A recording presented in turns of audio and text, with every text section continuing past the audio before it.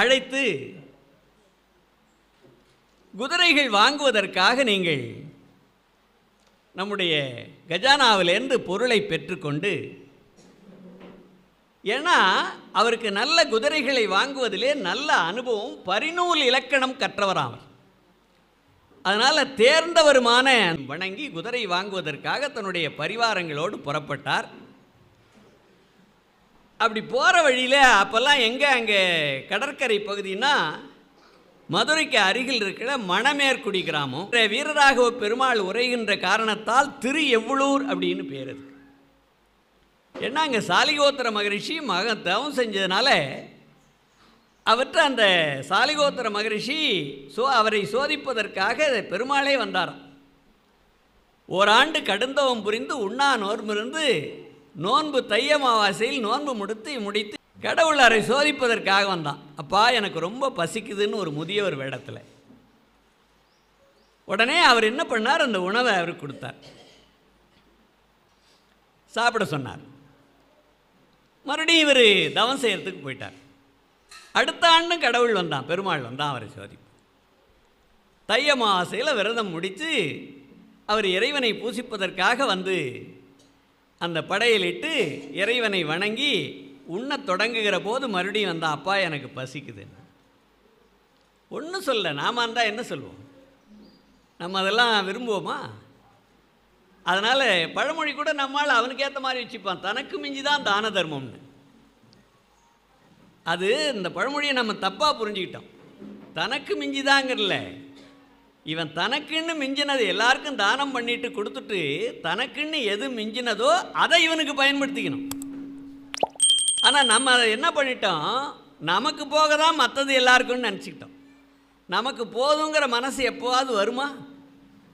போதுமென்ற மனமே பொன் செய்யும் மருந்துங்கிறத நம்ம மருந்துங்கிறத பயன்படுத்தியிருக்கோமா, பின்பற்றுறோமா? கிடையாது. தனக்கு மிஞ்சி தான் தான தர்மங்கிறத தப்பாக புரிஞ்சுக்கிட்டு தனக்குன்னு எடுத்து வச்சதே நம்ம அப்படி தப்பாக புரிஞ்சுக்கிட்டோம். அவர் என்ன பண்ணார், தான் சாப்பிட்றதையும் அவர் கொடுத்தார். சாப்பிட்ட பெருமாள் என்ன பண்ணார், அப்பா எனக்கு ரொம்ப தூக்கம் வருது, நான் எங்கே படுக்கிறதுன்னு கேட்டார். எவ்வளோ கிடக்கேன்னு கேட்டார். அப்போது ஒரு பதட்டம் இல்லாமல் அந்த இடத்த காட்டி, ஒரு இடத்த காட்டி அங்கே படுத்துக்கோங்க அப்படின்னு தன்னுடைய இருப்பிடத்தை காட்டினார். அவர் எவ்வளோ கிடக்க அப்படின்னு கேட்டதுனால தான் அந்த ஊருக்கு எவ்வளூர்னு பேர் வந்தது. அதுதான் காலப்போக்கில் இறைவன் உறைந்ததுனால பெருமாள் தங்கி இருக்கிறனால திரியவுளூர்னு பேராச்சு. அது மாதிரி தான் திருத்தணிகை கூட ஒவ்வொரு ஊருக்கும் அது மாதிரி பேர் உண்டு. அது மாதிரி திருக்காண பேர் அப்படிங்கிறது. காணம்னா இறைவனை அவர் கண்ட இடம். பேர் என்பது பெருமை. நல்ல பேரில் கூட பாருங்கள், ஒவ்வொரு சொல்லுக்கும் தமிழில் ரொம்ப அழகான பொருள் இருக்கும். நம்ம ஆராய்ந்து பார்த்தால் தெரியும். பொருள் இல்லாத சொல்லே கிடையாது. தொல்காப்பியர் சொல்லுவார், எல்லா சொல்லும் பொருள் குறித்தனவேம்பார். அது மாதிரி அந்த ஊருக்கு திருக்காண பேர், இறைவனை அவர் தரிசித்த இடம், அதனால் திருக்காண பேர்னு பேர். அதுக்கப்புறம் திருப்பெருந்துறை வந்து சேர்ந்தார்.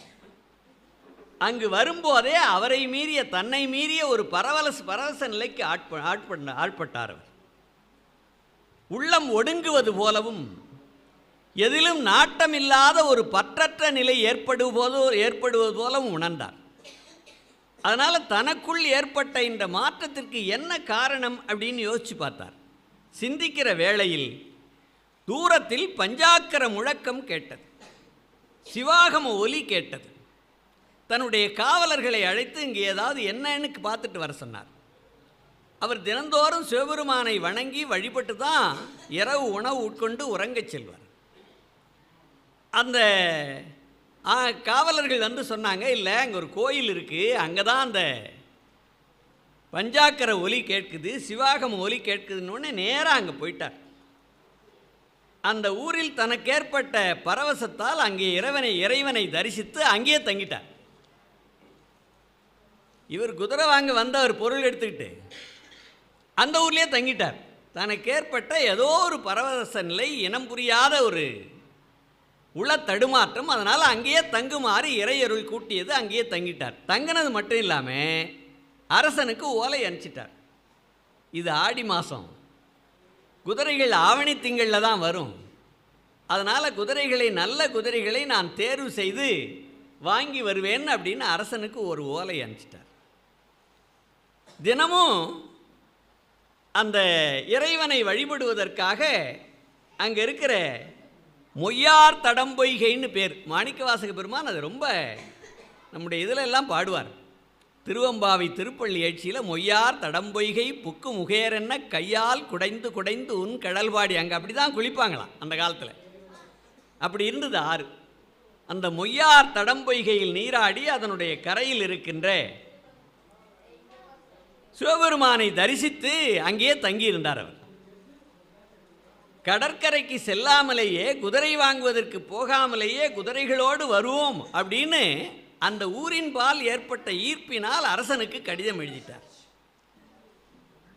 அங்கு இருக்கும் நாளில் தினம் நீராடி திருநீர் அணிந்து சிவபெருமானை வழிபடச் செல்கையில் ஒரு நாள் அக்கோயிலில் 3ஆம் சுற்றில் இருந்த குருந்த மரத்தின் நிழலில், இன்னமும் அந்த குருந்த மரம் அழகுற மிளர்கின்றது. திருப்பெருந்துறைக்கு போனீங்கன்னா தெரியும். இந்த 3ஆம் பிரகாரத்தில் அந்த குருந்த மரத்தின் நிழலில் அங்கே ஒரு ஞானாசிரியனாக சிவபெருமான் அமர்ந்து 999 தன்னுடைய அந்த சீடர்களோடும் சிவ உபதேசம் செய்து கொண்டிருந்தார். வாதவூரர் தன்னை மறந்து நேராக சென்று அந்த ஞானாசிரியனுடைய திருவடி பணிந்து வணங்கினார். அப்படியே உடம்பெல்லாம் புல்லரிக்குது. அதனால் அப்படி இறைவனை பார்த்த உடனே, இறைவன் இவரை பார்த்தார் பாருங்க, அதுக்கு நயன தீட்சைன்னு பேர். கண்களாலேயே பார்த்து ஆட்கொள்வதற்கு நயனம்னா கண். பாடல் கூட நம்மால் எழுதுவான், நீல நயனங்களில் ஒரு நீண்ட கனவு வந்தது. நம்மெல்லாம் கனவு தான். அவரை இறைவன் அப்படி நீல அந்த திருநயனங்களால் பார்த்தபோது அவருக்கு தீட்சை கிடைத்தது. உடனே என்ன பண்ணார், திருவாதவூரர் இறைவனுடைய திருவடிகளை அப்படி போய் வணங்கினார். வணங்குற உடனே அந்த திருவடியை எடுத்து அவருடைய திருமுடியில் சூட்டினான் சிவபெருமான்.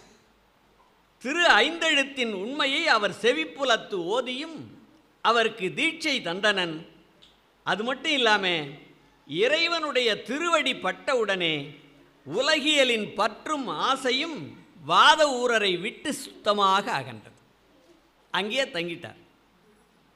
இது அவரே சொல்கிறார். இன்பம் பெருக்கி இருளகற்றி எஞ்ஞான்றும் துன்பம் தொடர் வருத்து சோதியாயன் அன்பமைத்து சீரார் பெருந்துரையான் என்னுடைய சிந்தனையே ஊராக கொண்டான் உவந்து. என்ன அழகு பாருங்க. இன்பம் பெருக்கி இருளகற்றி, சிவபெருமானுடைய திருவடி பட்ட உடனே மனதில் இருக்கிற ஆசை, பற்று, துன்பங்கள் எல்லாம் போயிட்டான். இன்பம் பெருக்கி இருள் அகற்றி, அறியாமை என்கிற இருள் நீங்கியதான். துன்பம் தொடர் வருத்து, துன்பங்களிலிருந்து நீக்குதல். இறைவனுடைய திருவடி திருநயன பார்வை பட்டாலேயே துன்பம் தொடர்பு விட்டு போயிடுமா. என்னுடைய சிந்தையே ஊராக கொண்டனன் வந்து அப்படிங்கிறார் ரொம்ப அழகா. இறைவன் வாதவூரரை நோக்கி, அன்பனே, நீ சிவபுண்ணியம் செய்ததால் மனத்தால் நாடி உணரும் பேற்றினை பெற்றாய், நம்மை பாடுவாயாகன்னு ரொம்ப அழகா சொன்னார். குருந்த மரத்தடி குருவை தவிர வேறு எதுவும் அவர் மனத்துள் இடமில்லாது போனது. சென்னிப்பத்து, அச்சோப்பத்து போன்ற அருமையான பாடல்களை அங்கேயே பாடி மகிழ்ந்தார். மாய வாழ்க்கையை மெய்யென்று எண்ணி மதித்திடா வகை நல்கினன் என்று இறைவனை சொல்லுகிறார். இந்த உலக வாழ்க்கை இருக்கே, அது மாய வாழ்க்கை. ரொம்ப அழகாக சொன்னாங்க. எனக்கு முன்னால் பேசிய ஐயா அவர்கள் அந்த யோக கலையை பற்றியெல்லாம் சொன்னார். ரொம்ப அழகாக திருமூலர் ரொம்ப சொல்வார். யோகக்கலை பயின்றால் எப்படி வாழலாம்ங்கிறதுக்கு திருமூலற்று போனோம். எல்லாரும் உடம்பு அழிஞ்சு போயிடும்னு சொன்ன காலத்தில், காயமே இது பொய்யடா வெறும் காற்றடைத்த பையடான்னு சொன்ன காலத்தில் அந்த திருமூலர் என்ற ஞானி தான் என்ன சொன்னார், உடம்பை பத்திரமா வச்சுக்கிங்கன்னார். உடம்பு உயிர் பற்றியெல்லாம் ஐயா ரொம்ப விரிவாக சொன்னாங்க. ரொம்ப மகிழ்ச்சியாக இருந்தது. அவர் தான் உடம்புக்கு மதிப்பு கொடுங்கன்னார். இந்த அரு என்ற விகுதி, அவர் இவர்னு சொல்கிறோமே, இந்த அரு என்ற விகுதி இருக்குது, அது மரியாதை குறித்து போடுறது. திருமூரில் சொல்கிறார், உடம்பார் அழியின் உயிரார் அழிவர். இந்த உடம்பு அழிஞ்சு போயிட்டுதுன்னா உயிருக்குள்ள உயிர், உடம்பில் இருக்கிற உயிர் இருக்கே அது அழிஞ்சு போயிடும். அதனால் என்ன ஆகுனா, திடம்பட மெய்ஞானம் சேரவும் மாட்டார். மெய்ஞானத்தை சேரவே முடியாது. உடம்பு அழிஞ்சு போயிடுச்சுன்னா உயிர் அழிஞ்சிடும். உயிர் அழிந்து போனால் மெய்ஞானத்தை சேரவே முடியாது. உடம்பை வளர்க்கும் உபாயம் அறிந்தே உடம்பை வளர்த்தேன் உயிர் வளர்த்தேனேன்னு சொன்னார். அதனால் உடம்பை சரியாக வச்சுக்கிட்டா, ஐயா சொன்ன மாதிரி மூச்சுக்காற்றுகளை சரியாக பயன்படுத்த தொடங்கினால் உடம்பில் இருக்கிற அந்த உயிரை பாதுகாக்க முடியும். உயிரை சரியான முறையில் பாதுகாத்திட்டால் மெய்ஞானத்தை அடையலாம்ங்கிறதுக்காக தான் ரொம்ப அழகாக சொன்னாங்க. அதனால் மாய வாழ்க்கையை மெய்யென்று எண்ணி மதித்திடா வகை நல்கினன்னு சொல்கிறார். காயத்துள் உடம்புல அமுது ஊற ஊற நீ கண்டுகொள் என்று காட்டிய சேய மாமலர் சேவடிக்கண் நம் சென்னி மன்னி திகழுமே. மன்னுதல்னா நிலை பெறுதல்னு அர்த்தம். சென்னின்னா தலை. அதனால் என்று தன் அனுபவத்தை அழகுற கூறினார் வாதவூரர். சிவபுராணத்திலே ரொம்ப அழகாக சொல்லுவாங்க. கடவுள் அவரை ஈர்த்து ஆட்கொண்டானா. ஈர்த்து என்னை ஆட்கொண்ட எந்த பெருமானே என்று ரொம்ப அழகாக சொல்வார். கூத்தமை ஞானத்தால் கொண்டுணர்வார் தம் கருத்தின் நோக்கரிய நோக்கே நுணுக்கரிய நுண்ணுணர்வே போக்கும் வரவும் புணர்வுமிலா புண்ணியனே காக்கும் எம் காவலனே காண்பரிய பேரொழியே அப்படின்னு ரொம்ப ஆற்றின்ப வெள்ளமே அத்தாமிக்காய்ன்ற தோற்றச் சுடரொளியை சொல்லாத நுண்ணுணர்வாய். என்ன அழகு பாருங்க. இறைவனுடைய திருவருள் இருக்கே, அது சொல்லாத நுண்ணுணர்வு. நுட்பமாக உணர்ந்தாதான் அதை அறிய முடியும். சுவாமி நரேந்திரன் என்ற பெயர் கொண்ட விவேகானந்தர் அவர்கள் நம்முடைய பரமஹம்சரை நோக்கி கேட்கிறார், எனக்கு கடவுளை காட்ட முடியுமான்னு கேட்டார். ஒரு 2-3 நாள் கழித்து விவேகானந்தரை அழித்த பரமஹம்சர் அவரை கண்ணை மூடிட்டு அமர சொன்னார். அமர்ந்த பிறகு தன்னுடைய கையை எடுத்து அவர் நெஞ்சில் வைத்தார். அருள் ஒளி பாய்ந்தது. மின் அதிர்வு போல உடம்பு அதிர்ந்தது. கொஞ்ச நேரம் பொறுத்து கையை எடுத்துக்கிட்டார். நீ இறைவனை உணர்ந்தாயான்னு கேட்டார். நான் உணர்ந்து கொண்டேன்னு சொன்னார் நரேந்திரன் என்ற விவேகானந்தர். கடவுளை கண்ணால் காண முடியாது, கையால் தொட முடியாது, ஆனால் உணர்வால் உணர முடியும். அதனால்தான் மாணிக்க வாசகர் சொன்னார், தோற்றச் சுடரொளியாய் சொல்லாத நுண்ணுணர்வாய் என்று சொன்னார். 999 சிவனடியார்களோடு சூழ ஞானாசிரியனை கண்டு மெய்மறந்து உடல் நடுங்கி பலமுறை பணிந்து நின்றார் நம்முடைய வாதவூர் பெருமான். தேற்றனே தேற்றத் தெளிவே என் சிந்தனையுள் ஊற்றான உண்ணாரமுதே உடையானே வேற்று விகார விடக்கு உடம்பினுட்கிடப்ப ஆற்றேன் எம்மையா அரணே ஓ என்றென்று போற்றி புகழ்ந்திருந்து பொய்கட்டு மெய்யானார். போற்றி புகழ்ந்திருந்து மனத்தில் உள்ள பொய்மை கெட்டு மெய்மையோடு விளங்கினார். இதுபோலவே வள்ளலாருக்கும் இறைவன் திருக்காட்சி தந்தார். 2 பேரையும் அப்படியே கொஞ்சம் கொஞ்சமாக ஒத்து பார்த்துக்கிட்டே போகும். முதல்ல மாணிக்க வாசகர் பற்றி கொஞ்சம் நிறைய சொல்லிவிட்டு அப்புறம் 2 பேரையும் நம்ம ஒத்து பார்த்துட்டோம்னா அந்த தலைப்பு நிறைவடையும் என்று எண்ணுகிறேன் நான். பாதி இரவிலே ஒரு நாள் வள்ளல் பெருமானுக்கு இறைவன் காட்சி தந்தான். காட்சி தந்தவுடனே வள்ளல் பெருமான் விழித்து எழுந்து இறைவனை கண்டு கண்ணீர் மல்கி அழுதார்.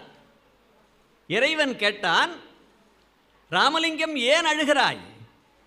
இதுவரையில் என்னை காணவில்லை என்று அழுதாய், இன்று கண்ட பின்னும் ஏன் அழுகிறாய்னு கேட்டான் நான் கடவுள். வள்ளல் பெருமான் சொல்லுகிறார், எனக்கு கிடைத்த திருக்காட்சி போல இந்த உலகத்து உயிர்களுக்கெல்லாம் எப்போது இந்த காட்சி கிடைக்கும் என்று நினைத்து அழுகிறேன்னு சொன்னான். என்ன உணர்வு பாருங்க. நாம் என்ன செய்வோம், நமக்கு கடவுள் காட்சி கொடுத்தா அப்படியே கையில் ஒரு பட்ஜெட் ஜாப்தா மாதிரி வச்சுருப்பான், மளிகை கடை பில்லு மாதிரி, என்னென்ன வேணும்னு அப்படி கொடுத்துருவான். இல்லை, ஆனால் வள்ளல் பெருமான் எனக்கு கிடைத்த காட்சி போல இந்த உலகத்து உயிர்களுக்கெல்லாம் எப்போது நீ காட்சி கொடுப்பாய் என்று நினைத்து அழுகிறேன் நான். ராமானுஜருடைய வரலாற்றில் அது மாதிரி ஒன்று. அவருடைய குரு அவரை தேடி போறார். திருக்கோட்டியூர் நம்பின்னு பேர் அவருக்கு.